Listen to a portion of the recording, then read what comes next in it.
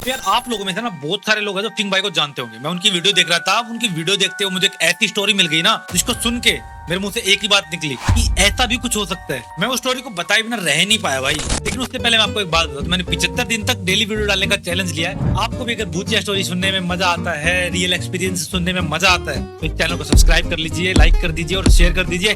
चलो बिना किसी देरी के चलते अपनी स्टोरी पर। आप में से सब लोग एनाबेल डॉल के बारे में सुन चुके हो और बहुत सारे लोगों को ये यकीन भी नहीं होता कि एक डॉल के अराउंड इतनी सारी हॉरर स्टोरी हो सकती है। और डर तो तब लगता है जब हमें ये बात पता लगता है कि जो हम स्टोरी सुन रहे हैं और वो एक रियल स्टोरी है। हम आप लोगों को बता दें, डॉल्स का यूज ब्लैक मैजिक में किया जाता है और कुछ रिचुअल्स होती हैं जिसमें डॉल्स का यूज किया जाता है। और आज मैं आपको एक ऐसी डॉल की कहानी सुनाने वाला हूँ। चलो फिर हेडफोन पहन लीजिए। जापान में 90s के टाइम पे एक लड़का था इकी, जो कि 2 या 3 महीने की पॉकेट मनी सेव करके अपनी बहन को उसके बर्थडे पे एक गिफ्ट देने वाला था। तो भी मार्केट में पैसों को लेकर वो घूम रहा था, एक अच्छा गिफ्ट ढूंढ रहा था, बट उसको ये बात कंफर्म ही नहीं हो रही थी कि वो अपनी बहन को क्या गिफ्ट दे। वो कुछ ऐसा गिफ्ट अपनी बहन को देना चाहता था जो उसकी बहन पूरी उम्र याद रखे। ये सब वो मार्केट में घूमता हुआ सोच रहा था, बट सैडली उसको कोई भी ऐसी चीज नहीं मिली जिससे उसको वाइब आई कि हाँ ये मेरी बहन के लिए बहुत ही परफेक्ट गिफ्ट है। वो बिल्कुल हार मान चुका था क्योंकि उसको वैसा गिफ्ट नहीं मिला था जैसा वो अपनी बहन के लिए चाहता था। वो हार मान के मार्केट से जा रहा था, तभी उसको एक दुकान के 100 पीस में एक डॉल दिखाई देती है,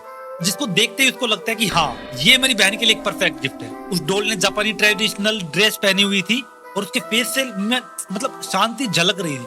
उसके फेस को देख के लग रहा था ये कामनेस का सिंबल हो सकती है। उस डॉल को देख के काफी खुश हो गया था। उस डॉल को देखते उसको लगा था कि हाँ यही है मेरी बहन के लिए परफेक्ट गिफ्ट। और हुआ भी कुछ ऐसा ही कि बहन को वो गिफ्ट, वो डॉल बहुत ही पसंद आई। कि बहन का नाम ओकाकू था। ओकाकू को वो डॉल इतनी पसंद आई कि वो हर टाइम उस डॉल के साथ रहती थी। इवन उसके साथ खाना खाती थी, उसके कपड़े बदलती थी, उसको कोम करती थी, उसको नहलाती थी, इवन तो उसके साथ सोती भी थी। इतना लगाव हो गया था, उस डॉल को अपनी छोटी बहन मानने लगी थी। इतना लगाव उस डॉल के साथ उसको काकू को हो गया था। ये सब चीजें देख के इकी बहुत खुश होता था कि उसका गिफ्ट उसको बहुत अच्छा लगा है। लेकिन इकी को नहीं पता था कि ये सब खुशियां बस कुछ दिन के लिए ही है। कुछ दिन बाद ये सब गायब होने वाला है। ये सब एक मातम में बदलने वाला है। गर्मियों के दिन में ओकाकू बाहर अपने डोले के साथ खेल रही होती है, तभी एक मच्छर उसको काट लेता है और उसको मलेरिया हो जाता है। ओकाकू को मलेरिया हो जाता है और वो काफी सीरियस तरीके से बढ़ने लगता है और ओकाकू बहुत बीमार हो जाती है।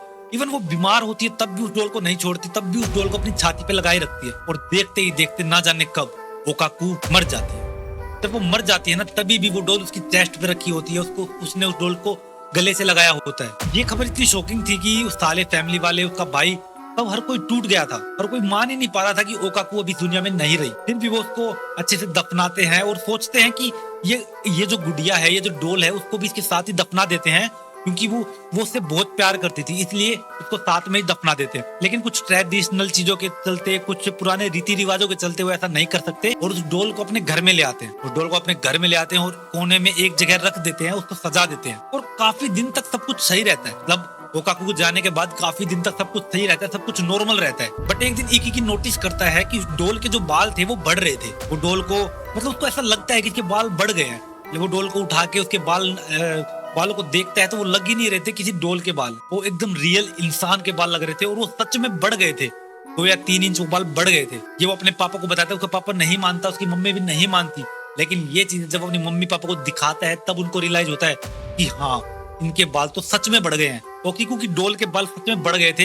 ये देखकर उसके मम्मी पापा ने उसके बालों को ट्रिम कर दिया और यही उनकी सबसे बड़ी गलती थी। उसी दिन से, उसी रात से उनको नाइटमेयर आने स्टार्ट हो गए। और नाइटमेयर को ऐसे वैसे नाइटमेयर नहीं आते थे, ऐसे नाइटमेयर आते थे कि पूरी पूरी रात उनको जाग के निकालनी पड़ती थी। वो सो नहीं पाते थे और धीरे धीरे फैमिली भी नोटिस करती कि चीजें अपनी जगह से हिल रही हैं। एक दिन तो वो डोल उसके पापा के साथ सो रही थी और सभी फैमिली मेंबर को पता था कि ये किसी ने भी नहीं किया, ये डोल खुद ही उठ के गई है। ये इतना क्रीपी हो गया था ना कि सब डर के मारे मतलब एक कोने में छिप गए थे। ये इतना क्रीपी हो गया था, सब लोग डरने लगे थे। लेकिन वो उस घर को छोड़ के नहीं जाना चाहते थे या फिर छोड़ नहीं पा रहे थे आर्थिक तंगी के कारण। लेकिन पूरे 20 साल ये नाइटमेयर उन्होंने पूरे 20 साल झेले और 20 साल के बाद उन्होंने डिसीजन लिया कि नहीं, वो बर्दाश्त नहीं कर सकते, वो कहीं भी चले जाएंगे लेकिन इस घर से दूर जाएंगे। क्योंकि उनका मानना ये था कि जो ओकीकू की कब्र थी, ओकीकू को जहाँ दफनाया गया था वो बिल्कुल पास में ही था। ये भी हो सकता था कि वो ज्यादा डिस्टेंस कम होने के कारण, कब्र का और घर का डिस्टेंस कम होने के कारण उन्हें ये सब नाइटमेयर आते हैं। उन्होंने डिसीजन लिया कि वो यहाँ से शिफ्ट हो जाएंगे और उस डोल को अपने साथ नहीं लेके जाएंगे। जापान में एक टेम्पल है, वहाँ के पुजारियों से बात करी और उस डोल को वहां रखने का डिसीजन लिया। लेकिन कहा जाता है कि जब वो डोल वहां पे रखी गई, वहाँ के हर मेंबर को भी नाइटमेयर आने लग गए और वहाँ के जब पुजारियों ने इस डोल को सिद्ध करना चाहा तो वो सिद्ध नहीं कर पाए। तो अपनी पूरी कोशिश के बाद वो सिद्ध नहीं कर पाए